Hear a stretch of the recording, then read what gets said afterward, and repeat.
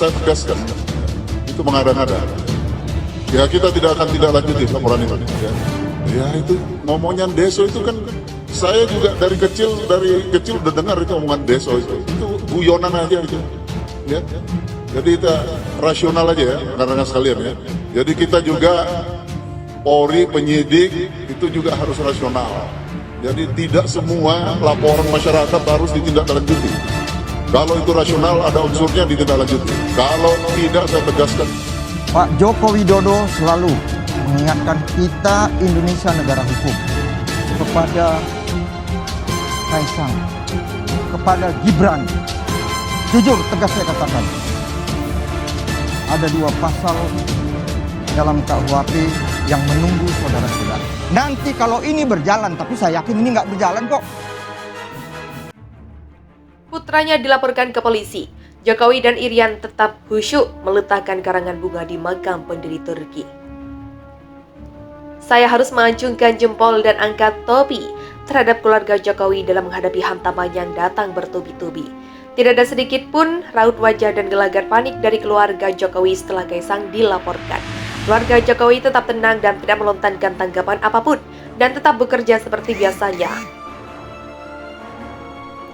Jokowi dan Iriana sama sekali tidak terpancing isu murahan tersebut. Sikap keluarga Jokowi yang tetap tenang membuat pihak yang senang dengan dilaporkannya Kaisang menjadi gregetan. Harapan mereka, Jokowi melontarkan pernyataan dan tindakan yang siap mereka goreng untuk membuat situasi bertambah gaduh. Namun Jokowi dan Iriana memilih untuk tidak mengubris kasus Kaisang. Saya yakin Jokowi sudah punya keyakinan bahwa kasus ini cepat lambat akan mental. Jokowi sudah yakin Kaisang mampu menyelesaikan persoalan ini sendiri. Jokowi dan Iriana lebih memilih untuk tetap melaksanakan kunjungan kerja ke Turki.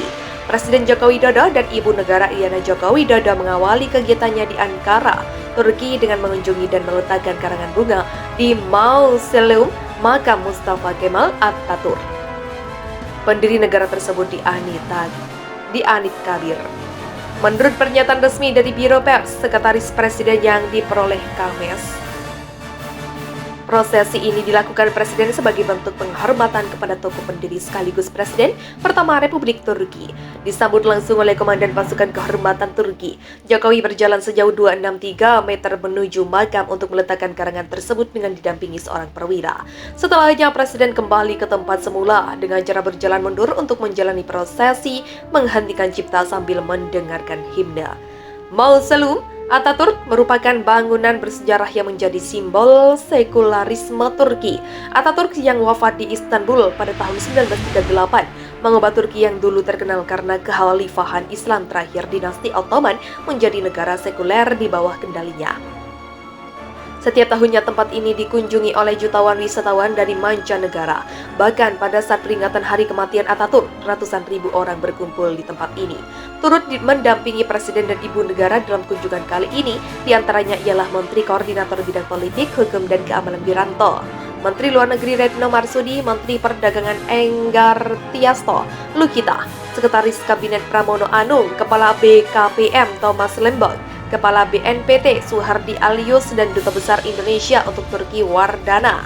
Setelah dari Anik Tabir, Presiden kemudian akan menuju Masjid Kocatepe, masjid terbesar di Ankara, untuk bersilaturahmi dengan para ulama dan tokoh muslim Turki dan juga masyarakat Indonesia yang berada di Turki.